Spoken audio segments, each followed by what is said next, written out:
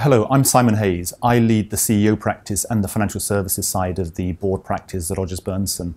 We cover both commercial and public sector and third sector in executive and non-executive roles.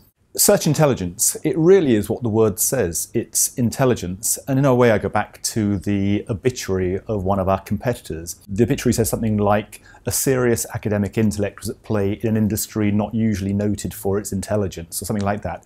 And that's what it's all about. It's trying to demonstrate that we as a search firm know more and think more than the average bear.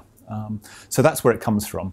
If you think about what headhunting used to be, it was very much about a black book or about information, data.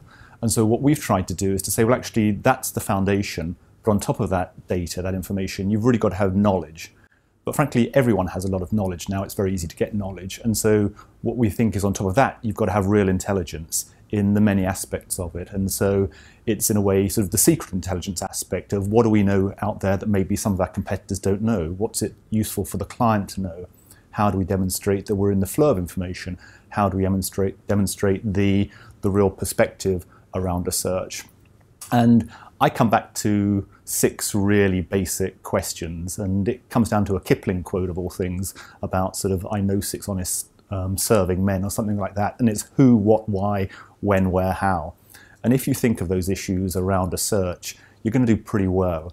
And so it's understanding who's really going to provide this search intelligence to the client, who's really going to do a good job for the client, and then is what is it that the client really wants? You've got to understand the context, both business, human. Why do they want it done at this very moment in time? What can we really bring that shows that we demonstrate that context?